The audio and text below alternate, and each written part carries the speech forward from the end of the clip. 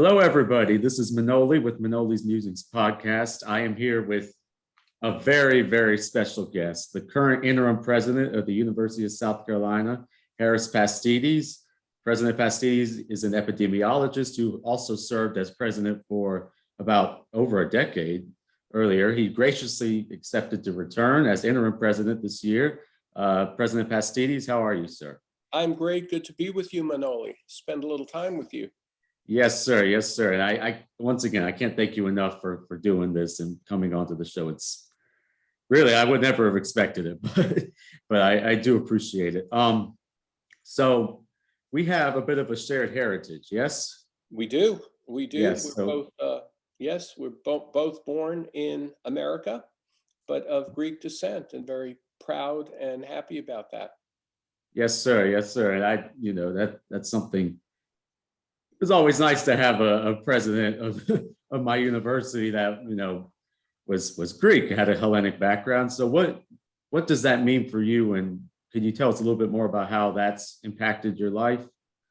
Well, of course, first of all, American through and through, no doubt about it. Learned the Pledge of Allegiance, our national anthem. But Greek is a cultural thing. And so for me, it was about family, heritage, food, travel, holidays, Easter time, roasting the lamb, and bringing up children to appreciate and understand that. No better, no different, no worse than Americans who come from all over the world. But that is our heritage, and we work hard to continue those customs. Yes, indeed. So your parents and your sister were born in Cyprus, yes? They were. They came over in 1948. I was born a few years later. I helped them study for their US citizenship exam.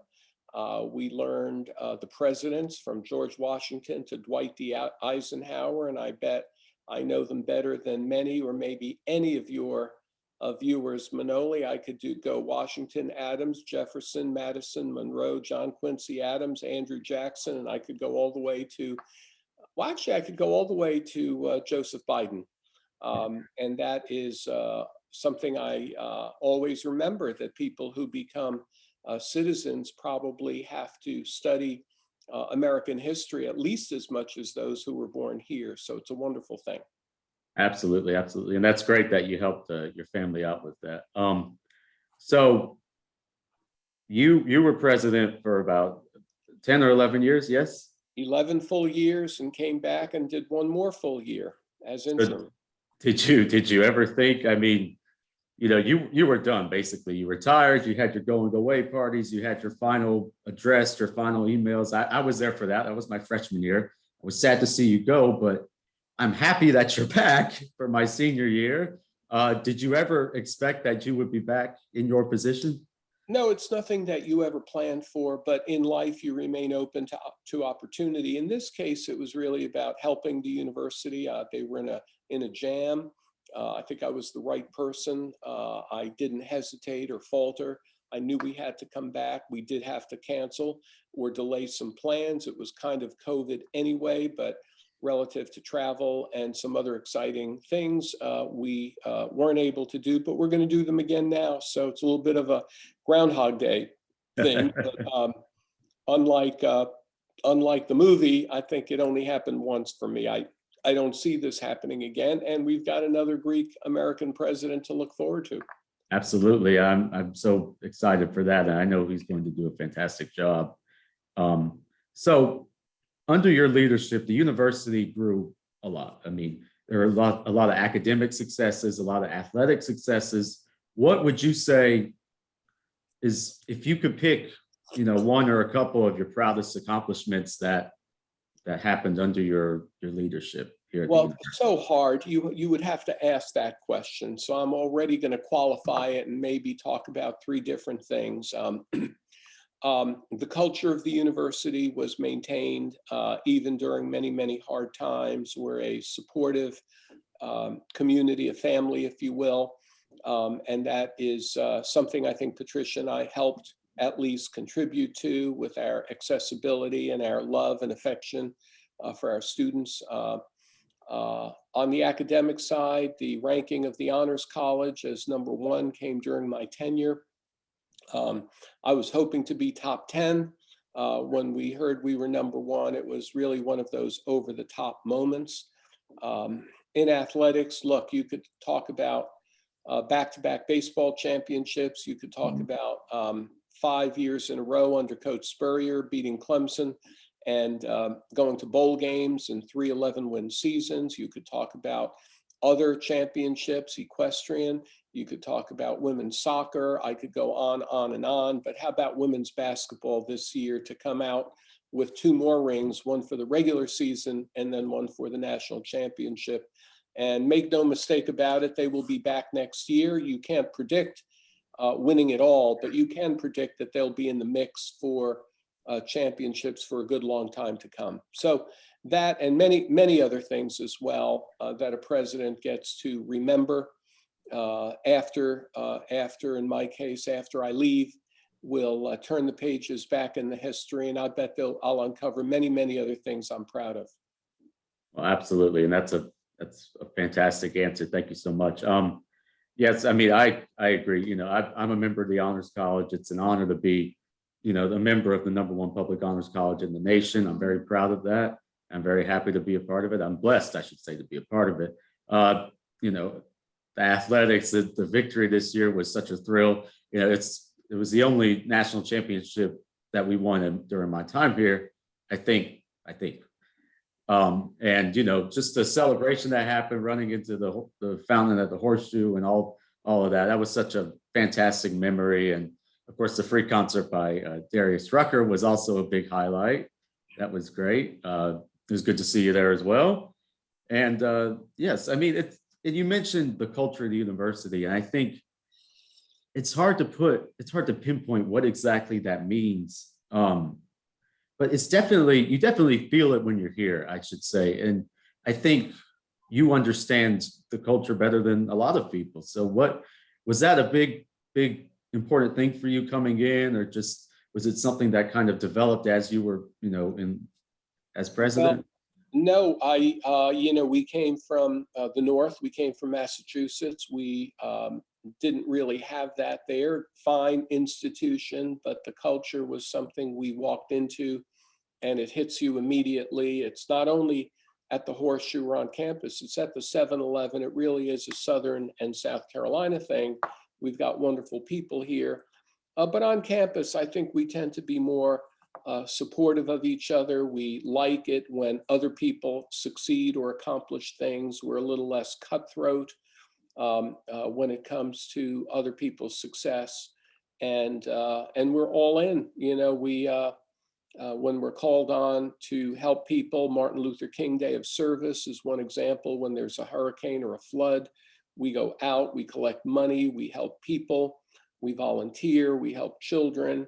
It's a wonderful community, which I think is why we attract so many students. We have a banner here. We may have had 48,000 applications for the freshman class from all over the country and really all over the world.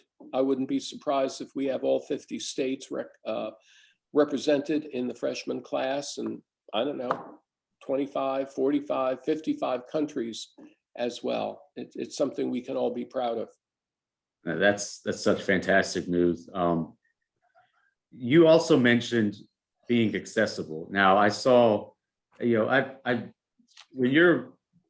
when we came in freshman year, they gave us a list of things you wanted to do while you were here.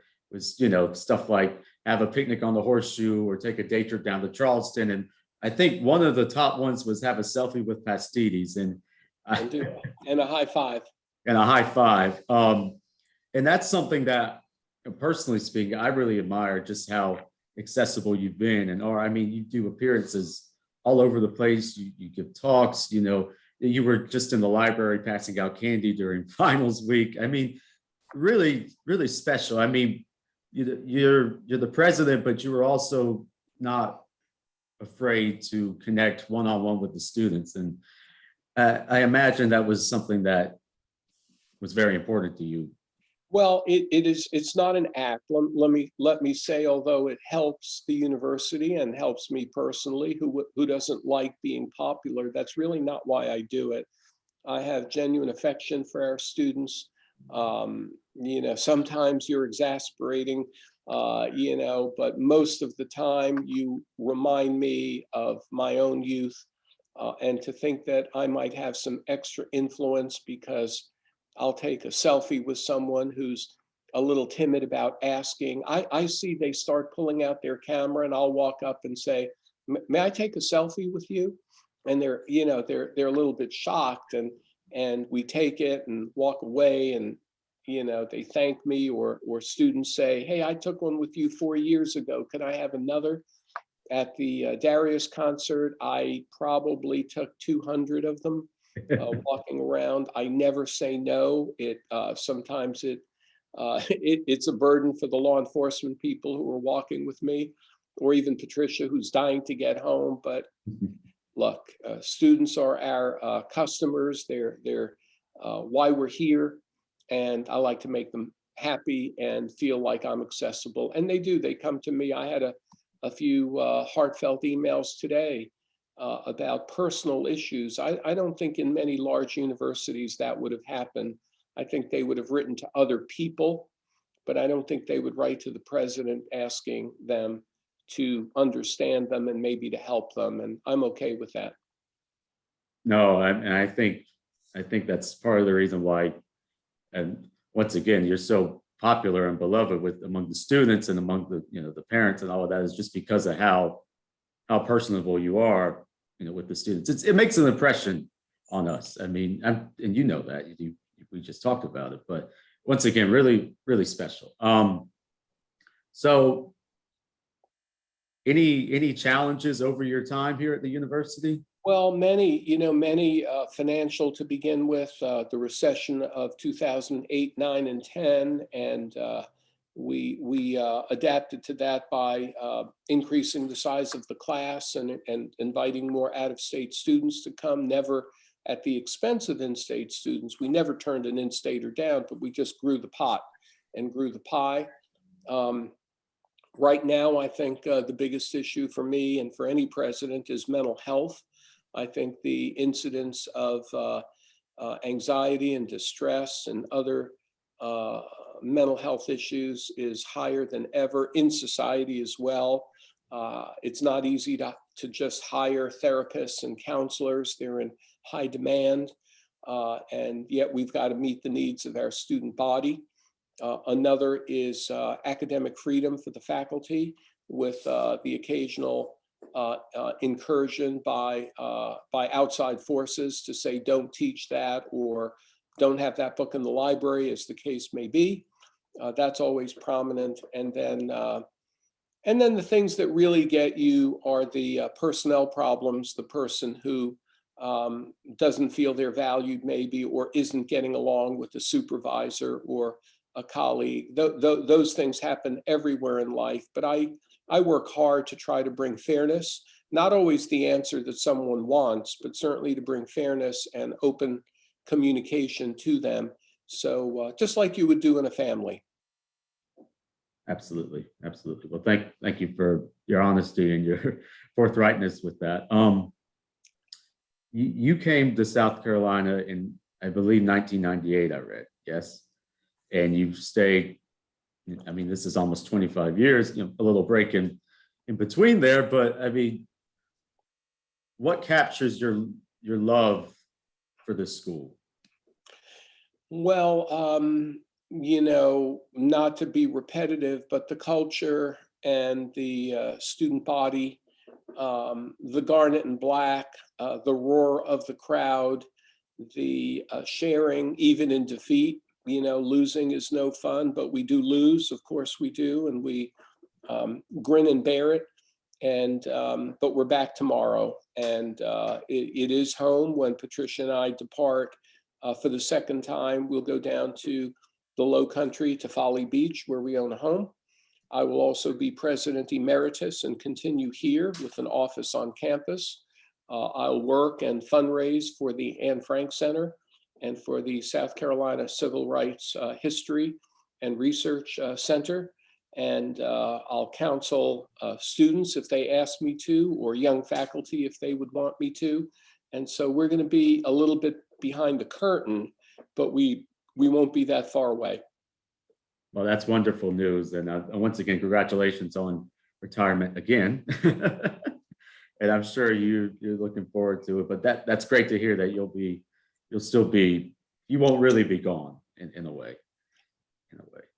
Not seen as much, but not that far away. Still available by email or telephone, and want to be part of the community going forward in new ways that I can be in more focused ways. I do look forward to having more free time. We have no free time now. Right after this blog, I'll be meeting with a trustee. Then we're going to have a celebration for all the people who worked on COVID, having a reception for them, then other activities in the evening. Tomorrow we have commencement, as we do the following day and the following day and the following day, and we'll end on Saturday evening. There's really, if I want to talk to my son or daughter, I'm going to try to squeeze that in while walking or driving between two places. It's not going to be, yeah, I think I'll call Andrew or Catherine tonight. It won't be like, yeah, at 8 o'clock, I think I'll speak to them for 30 minutes. We don't have time like that, but we fit them in and they fit us in as we can. And that's perfect. That's fine. Well, once again, thank you for coming back as interim president. I know what a sacrifice that was, like you just said. But I think the school appreciates it, and I certainly appreciate it.